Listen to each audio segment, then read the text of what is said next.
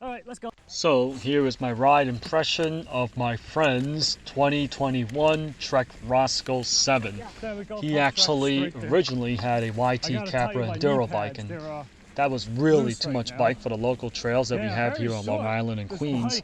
And he wanted something more fun, something that was more efficient, so he can enjoy the trail more rather than being overbiked. So this is a size medium, and I've ridden other bikes in its class, such as the Vitus Nucleus, and I've also, obviously, my Nukeproof Scout on the lower trim levels will be a competitor to this bike. The numbers are as follows. This bike's got a 67.2 degree head tube angle. The fork is a RockShox Judy 120 mil travel fork. It's only got a 30 mil stanchions, and it's very thin. It's also got a really slack seat tube angle. The seat tube angle on this is 69 degrees, like 69.7 or something around that. So it's very slack. The top tube is very long on this bike. It's actually 609 millimeter, which is almost the same length as my Scout at 610, and that's longer than a lot of modern medium length size enduro bikes with much longer reach. You can see how it affects the standing reach, which is basically what's important. The reach on this is actually, what was it? It's 396 millimeters, so it's sub 400. So when you see me standing and pedal, the stem and the bar is like right at my chest. The bars are narrowish at 750 millimeters. It's got a SRAM Eagle SX 12-speed drivetrain, and it's got the Shimano MT200 brakes. It comes with a 100 millimeter dropper post and tubeless ready 2.8-inch Maxxis Recon tires. So my initial impressions when I rode on this bike is, one, it's very short and very small. Wheelbase is short, reach is short. So I didn't have a lot of expectations on this because this bike is a few years old. The geometry on paper isn't really that progressive. In fact, it's XC-ish at this point. And I was originally gonna be a little more fair on it, but the more I drove it, I mean, I only got like 8 miles worth of riding on varied terrains, such as technical climbs, technical switchbacks, traversing sections, pump track, small jump line, just to get a feel of what this bike is really about. And after riding it, it actually surprised me pleasantly. I was expecting to really not like this bike. So the fact is, you know, even seeing it with a very critical eye and not just trying to be nice, because this is my friend's bike and he loves this bike. It's I can tell you the pros and the cons from what I've noticed. So let's name the pros. The pros on this bike is it's very flickable, and the 2.8-inch tires actually acts as a really supplementary suspension. It is surprisingly supple. I don't know how much of it is the frame design with the dropouts or the rear triangle. I don't know how much of it is because the Recons are such soft casing tires, but that's a good and a bad. And I'll explain that on the cons with this thing. But you can sit and pedal, and it doesn't beat you up on the small bumps when you go over the roots. It supplements the RockShox Judy fork, because that fork doesn't really have any good small bump compliance. I mean, it is an air fork, but it's really not a good fork. So the tires really help mute the trail and make the ride very comfortable. And despite its short reach and its really slack seat tube angle of 69 degrees, this thing climbs really good actually. Like on a really steep section, that's a tight switchback, probably the steepest climb on this Cunningham Park.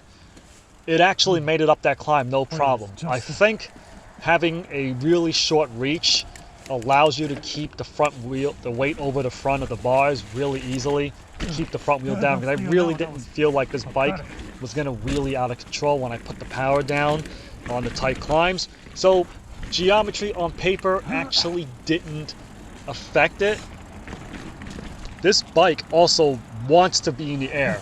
There are a few sections where, especially on the pump track, or I would say at the jump line, where I'm really trying to pump the rollers to get the speed to do that table, and it won't let me. The back wheel keeps wanting to lift off the ground.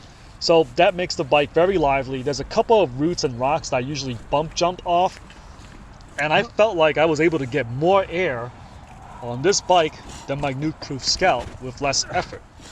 And comparing how this bike rides and handles, it actually rides better, much better than the Vitus Nucleus. I know the Vitus Nucleus is also a very progressive geometry bike. It's got a 66-degree head angle. It's also got narrowish bars at 760, but it's a non-boosted bike, that bike. So it's only got a 135 dropout. Quick release. It's not even a through axle. And the 2021, they really downgraded the fork. It doesn't have a boost front end. It's got a dropout for 100mm width. So that really, to get that 1x drivetrain from the box 4, they made so much concessions just to get you that 1x drivetrain.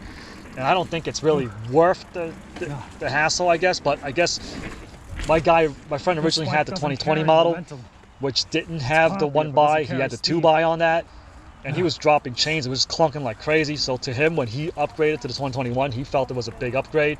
But the harshness on the Nucleus, I could actually feel it. So on that bike, it actually did beat me up. I didn't even do the entire lap, but I was starting to feel like every edge, every square hit, every drop, I can feel it, like kind of zapping away my stamina, my energy.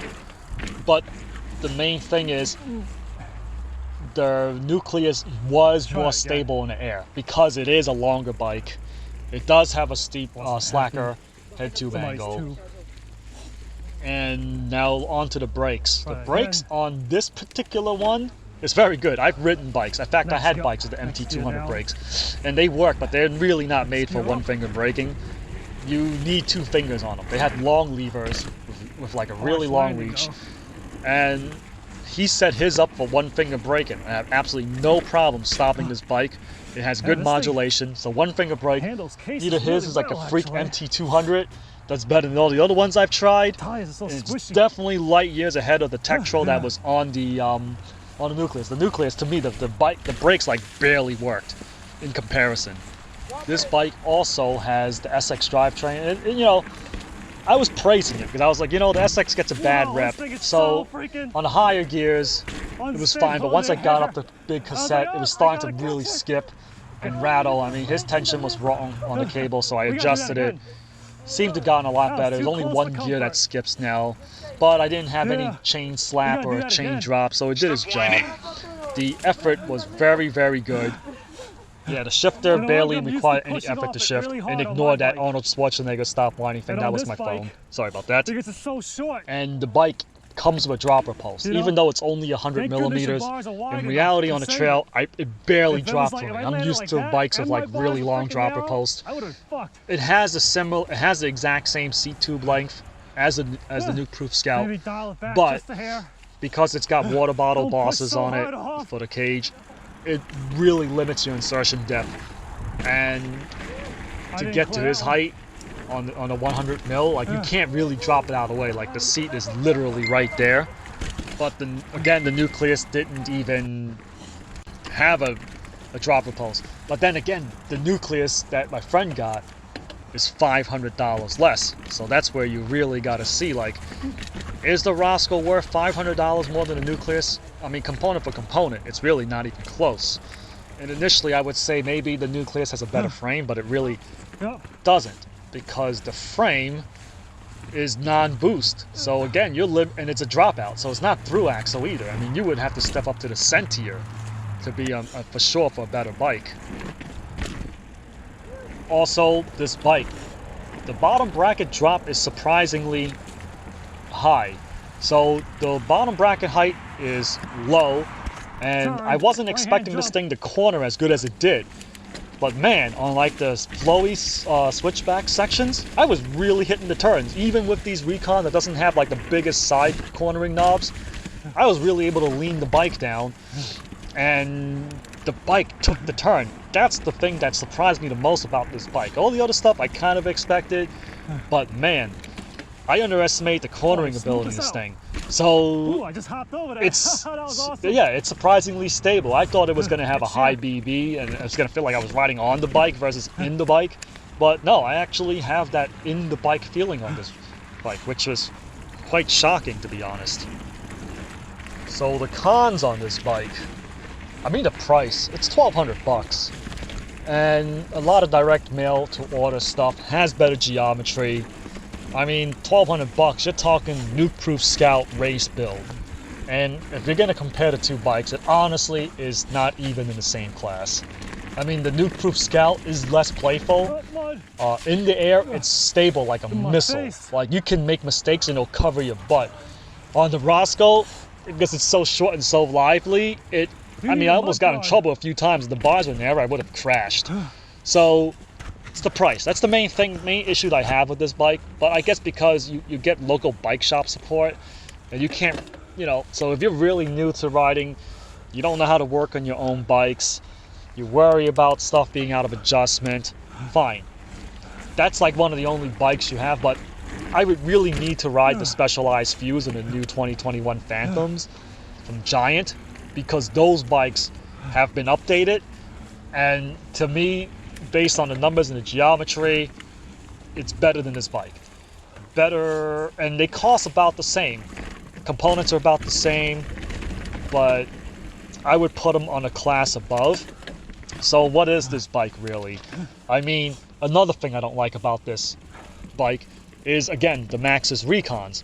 The Maxxis Recons give you that initial cush that like lower end suspension can't compensate, even higher end suspension can't compensate really, but it's really squishy. So when I'm on a pump track or when I'm pushing, I can feel the back tires squirm, and I can see why people don't like, or like the initial group of people don't like plus tires, because they have no support. This thing is running 28 pounds of pressure, which is way higher than I ever run my tires on, but I have DHFs with tougher casing, and I have a tire insert, which again reduces the volume and makes the tire a lot stronger, a lot more supportive. My bike don't squirm. Like, you hit the pedal, the bike just shoots forward like a rocket. This bike, you can really feel the tires like absorbing some of the energy. It just isn't as snappy as it should, or as I expect a hardtail, or the way a hardtail should be. It's really kind of like, it mutes it, and it's squishy. And I mean, if you upgrade it, maybe when these Recons tear a sidewall or something, put some DHF, DHRs on there, a 2.6 in the back, 2.8 in the front, that might fix the issue. But then, will this bike ride as good as it does out of the factory? I don't know. And also, the fork sucks. I mean, yeah, it comes with an air fork, but it's soft, it's flimsy, it's noodly, it doesn't have any support. It's only got 30 mil stanchions. I mean, I guess for a trail bike that needs to be lightweight, it's okay, but it absolutely has no support. The thing tops out when I throw the bike wheel up in the air, and the rebound just shoots so fast forward, it goes dunk. And it doesn't even come with an O-ring to see how much travel you use, how far you're pushing, so you can't set sag. It's so hard to just set the basic fundamentals on this bike. And the elephant in the room is the quick release dropout. At least it's boost 141 versus 135 non-boost QR dropouts like on the Nucleus. But still, the factory hubs suck. They're known to grenade. The point of engagement is low.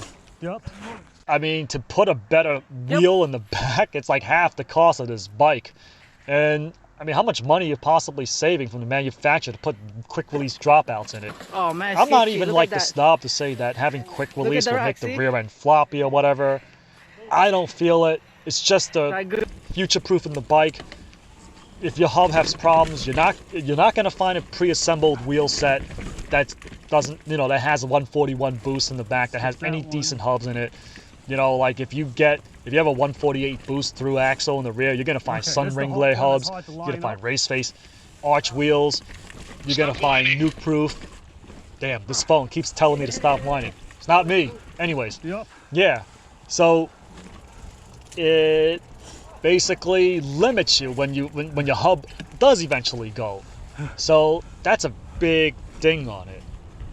And the next thing is you can either see it as a positive or a negative. The bike's really short, like really short. It feels like a little BMX bike to me.